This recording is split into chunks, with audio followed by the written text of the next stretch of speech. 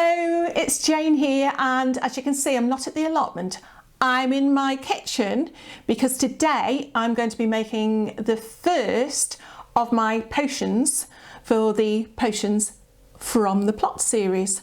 That's a bit of a tongue twister, you know. I've had to do that a couple of times. Anyway, so what I'm going to be doing today is, if you don't know by now, is making some Comfrey salve. Okay? Two words which I feel I must explain separately. Okay, first of all, let me just get my head around the whole salve business, because when I looked into making different things, some time ago, a few years ago now, I've got to admit, one of the things I got really confused with was the vocabulary that is used when you're making things from medicinal herbs and herbs from the garden. So for example, you've got your salves, you've got your balms, you've got your ointments, you've got your tisanes, you've got your tinctures, never mind things like your compresses and, oh my goodness, what was the other one? A poultice. You know, you've got all these separate words, all valuable in their own right. But when it came to salves, one of the things that got me was, what's the difference between a salve and a balm? From what I can gather, they're both made in the same way, but a balm ends up with a slightly harder, stiffer consistency. So a salve is a more creamy, softer consistency.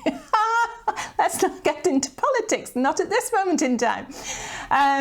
So your salve is much softer, easier to spread, will probably spread over a larger area, whereas your balm is I keep saying harder, a harder consistency and used for smaller areas. So things you have like your lip balm, okay, so it's a smaller area on your mouth.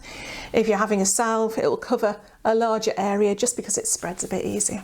And that's it. That is basically, as far as I can see, and I honestly, please feel free to put me right, that is what I can see is the only difference between a salve and a balm. Okay, and that's all I'm going to be dealing with today. Thank goodness I hear you shout. Today I'm going to be making a salve. I keep calling it a salve. A salve. And I'm going to be using the good old gardener's friend, Comfrey. Now, if you remember, back in, when was it now? October? Maybe even September time, when I started talking about doing this series, I said one of the main things that you need to do with any of this using things from your garden is to make, that's the door. All right then. Well, how typical is that? Nobody knocks on the door for days, and then somebody knocks who you haven't seen for such a long time. And we've had ever such a lovely catch up, but my microphone's been on the whole time. So I'm just having to adjust it actually. So yeah, it's all recorded, but let's just hope I remember to cut it out, otherwise it's going to be one of the longest videos ever. Right, for my salve today, I am using Comfrey, the lovely Comfrey. Now, as a gardener, you will be aware of just how useful this is in the garden, by way of using as a mulch, by way of making your Comfrey tea, by way of enriching your soil. Or you may see it as an absolute nightmare, because once you've got it in your garden, it spreads like the clappers and it's quite difficult to get rid of. But I am using it today, not for the garden qualities, but for its medicinal qualities, because Comfrey, for the longest time, has been recognised as having particular healing qualities. In fact, if you think of, and this is the part I love, if you think of the Latin name for Comfrey, which is Symphytum, I don't know if I'm saying it properly, Symphytum officinalis, symph, and I did look this up, means unite, bring together, okay, put things together. If you think of Symphytum, it's named that way because it helps to bring skin together. It helps to bring bones together, a apparently, which is why it was also given like the old-fashioned name of knit bone. It was seen as something that had great healing qualities, and it's that property of comfrey that we're hoping to utilise today in our salve. Quick note though, quick note of caution, unlike lots and lots of herbs which can be drunk in a tea, I mean I mentioned comfrey tea before, but if you've ever made comfrey tea, you really wouldn't want to drink it because it smells to high heaven, but it's very, very good for the garden. But yeah, it has got some very, very potent properties which can cause all sorts of liver problems and cancer problems and that sort of thing. So it's not recommended that we ingest it in any way. And I think in some parts of the States, I don't know if it's been banned or its use is controlled or something, because it's recognised as having potent qualities. But the qualities we want from it today are its healing qualities, which make it good for applying to the skin if you've got a burn, if you've got an insect bite, if you've got some sort of wound or a bruise, or even if you've got a slight arthritis, if you've got chronic pain, so back pain. If you're anything like me, this time of year, my attention shifts quite a lot from garden jobs to more stitching and wool. I'm more using fine motor skills more regularly, and very often my hands will be aching because they're not used to doing all this fine motor work. So I'm hoping that this is really going to help the joints to ease a little bit. So I'm showing you now is a nice empty jar because I'm going to go back in time in a minute and show you what I did. Mid-September, I don't know if you remember, I dried quite a lot of comfrey leaves just in an open rack. Various different ways of drying your herbs. You can hang them, you can just dry them in a rack, you can put them in an oven, use a dehydrator if you want to. But the point is to get your leaves really, really dry, because then you put them 2/3 really, fill a jar with your leaves, tap them down a little bit and add the oil of your choice. You want the oil to cover the leaves, and you want to make sure that your leaves are absolutely bone dry. Knit bone dry. I couldn't resist that one. If there's any amount of moisture left in your leaves, you run the risk of the oil turning rancid and the leaves growing some mould on the top. So do make sure that they're dry. Leave room temperature for about 6 weeks, and during that time, all your goodness from this now very sorry looking leaf has been sitting on my kitchen table for a couple of hours now, will be infused into the oil, and you will end up with something like this.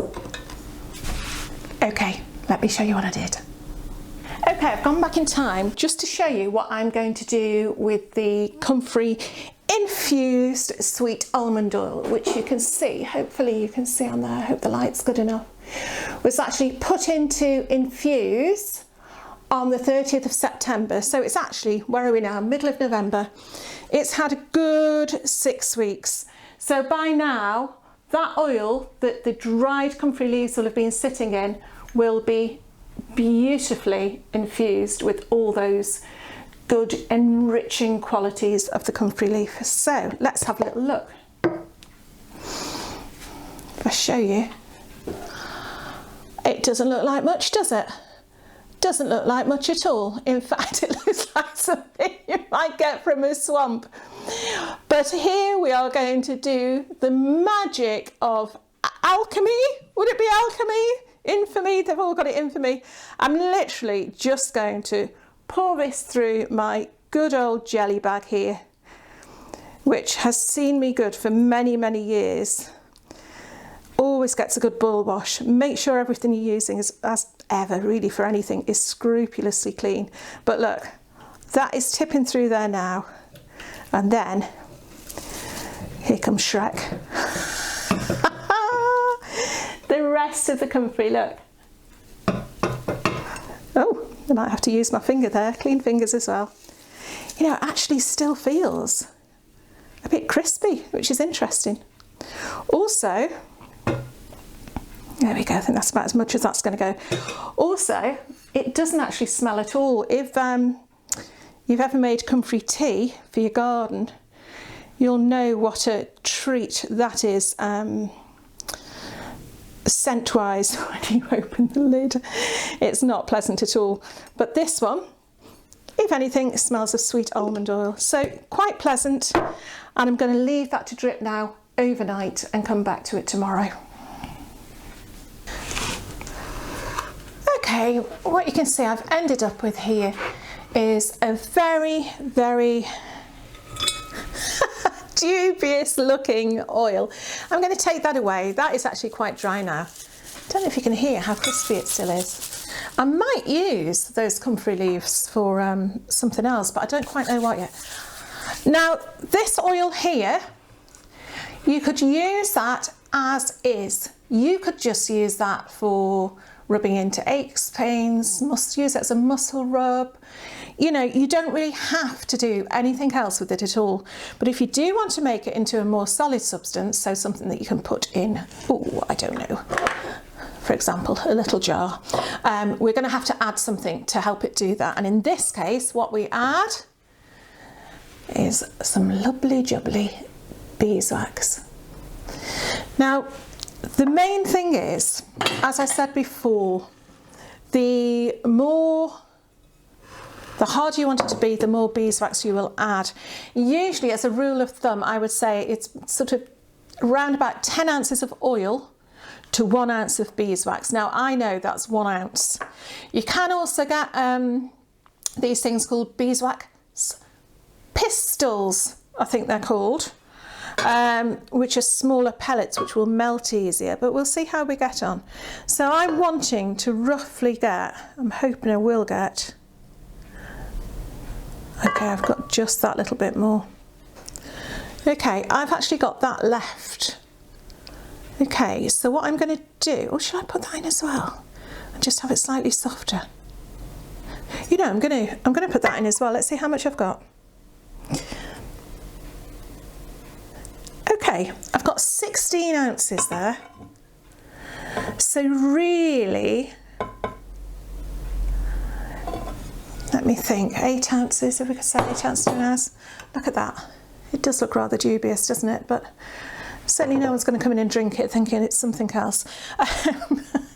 What I need to do now is get this beeswax to the stage where I'm going to be able to melt it. So that means I could put it in like this, but it's going to take a long time. But apparently, one of the best ways you can prepare your beeswax is to grate it.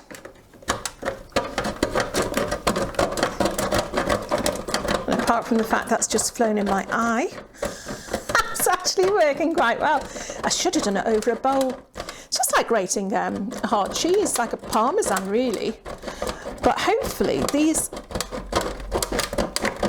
pieces will be small enough to melt pretty much straight away.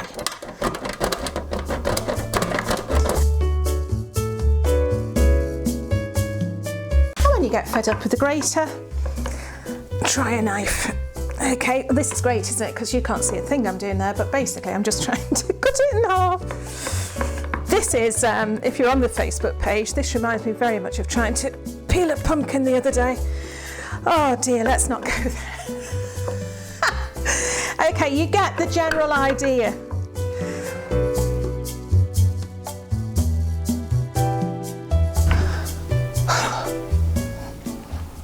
Okay, I tell you what, just playing with that beeswax there, it's lovely and soft on your hands. Right, okay, that bit's done. What we need to do now is get it ready to melt. So, the various things you can use. If you do it a lot, you may have invested in one of these little tools. As it is, for the amount of oil that I'm going to be using, this is too small. So I'm not going to be using that today. I'm just basically going to use a double boiler affair.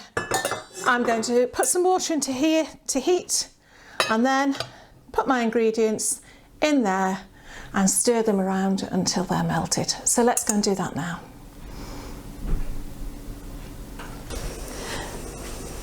Okay, I think we can see there it has come to the boil. So this is where being left-handed could be completely wrong with regards to actually filming this.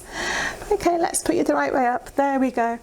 All I'm doing, I've got a pot full of boiling water, which I'm going to turn down. Excuse me just 1 second.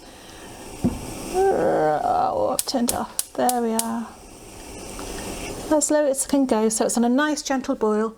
I'm putting a Pyrex dish on top, and that sits nicely on the top of there. Beware, it will get hot. And this is as easy, she says, famous last words, as it is. We are going to pour the oil. I have taken some of that off. There's about 11 ounces in there now. We are going to pour that in there, and then we are going to add to it the finely grated, chopped, manhandled beeswax. So excuse my fingers, I'll do it like that. And hopefully, again, clean hands, clean bowl, clean mind. Hopefully then, sooner rather than later, that will all mix together. And I'm going to use, if I can just reach over behind you, a spatula that only ever gets used for things like this. Doesn't get used for food. Again, just trying to keep things separate there. And we're going to give that a lovely, lovely stir and wait for that beeswax to melt and add its waxy goodness to our gorgeous, gorgeous oil.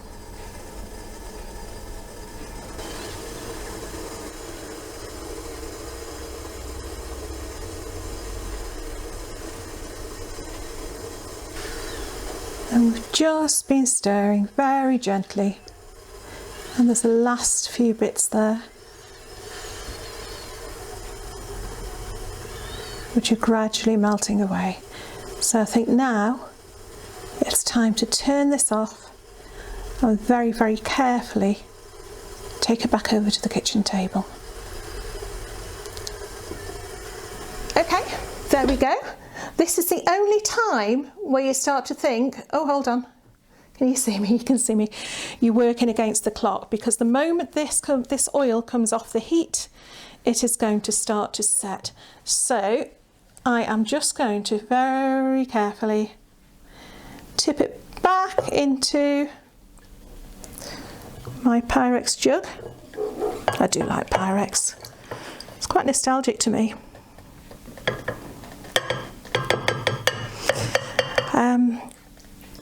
There we go, getting everything out that it can. And later on, a bit like with the cake mix, that will have set, and I'm going to go and help myself and have a little bit of hand cream. And then it's as simple as just pouring it into the bowls. So I really hope I'm not too wonky here. I've got these lovely little glass bowls that I got online. I'm calling bowls. What would you call them? Dishes? Bowls? Pots. They're pots. But you know, if you've got any old makeup bowls, anything at all, making sure I'm covering that up. There you go. You can do. You want something that's going to be practical, that you're actually going to be able to get your fingers into, though, otherwise it'll be very annoying. But basically, I know that these are super duper clean and super duper ready for some super duper balm. Look at that. I haven't got enough out. There we have it. Look at that. I hope you can pick that up there. Look at the sheen on that.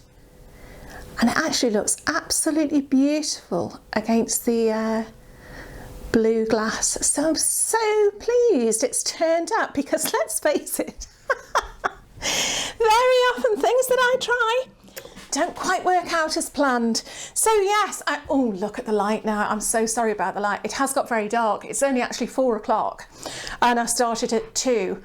And all in all, I would say this process would have taken me about half an hour. Door knocks, phone rings, you know what it's like. Oh, look, I've even got shadows behind me. Look at that. Anyway, so I'll be very, very brief. So from that 15 ounces, I have got 4 of these delightful little pots. These are ones I would be using for gifts. I've got one little old makeup pot of mine that I might keep in a handbag. That could be a handbag one. I've also got a lovely big, what do you call them, like a mason jar, Kilner jar type thing of that. So that will be our main one that will be kept in our little medicine cupboard. And the other thing that I had left, actually, I had a few ounces of oil left, so I've kept that as a massage oil, and that will just be used straight as. So, you know, if you're feeling a bit sore, you've got neck ache or something like that, you don't want to get the stodgy balm out. They've called it stodgy balm now. I mean salve anyway. Just have a rub with that, or if you've got someone who's good enough to give you a good massage, that should be nice. All with the same humble, a bit limp, comfrey leaf, almond oil and beeswax.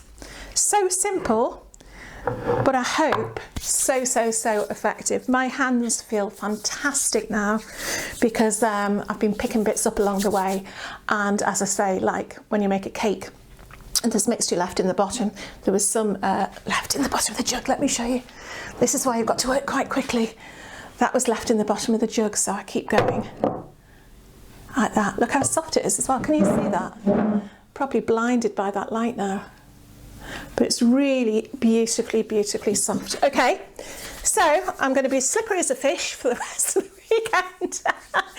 I'm not going to label them now, and that's not because I'm rubbish with labels, but as I said in the first post, I'm going to do an episode at the very end of this series where we just look at packaging and labels and that sort of thing and how to make them look nice. So I'm going to save that for then, but I will make sure that I put them all in one place and that I know what they are. Okay, so I hope you've enjoyed that. If you've tried it, if you've tried variations of it, I know if you wanted to, you could put some lavender oil in or some sort of nice scented oil to make them smell a bit nicer. I haven't done that. I've kept it as simple as, but let me know. And hopefully if you haven't done it before, it might have inspired you to get some on, get some tried. Okay, if I can do it, you can as well. So take care. All the links are below, as I say, Facebook, Instagram, email, etc., all down below. So come and have a look elsewhere if you want to see more of what we do. And I'll see you very soon. Bye.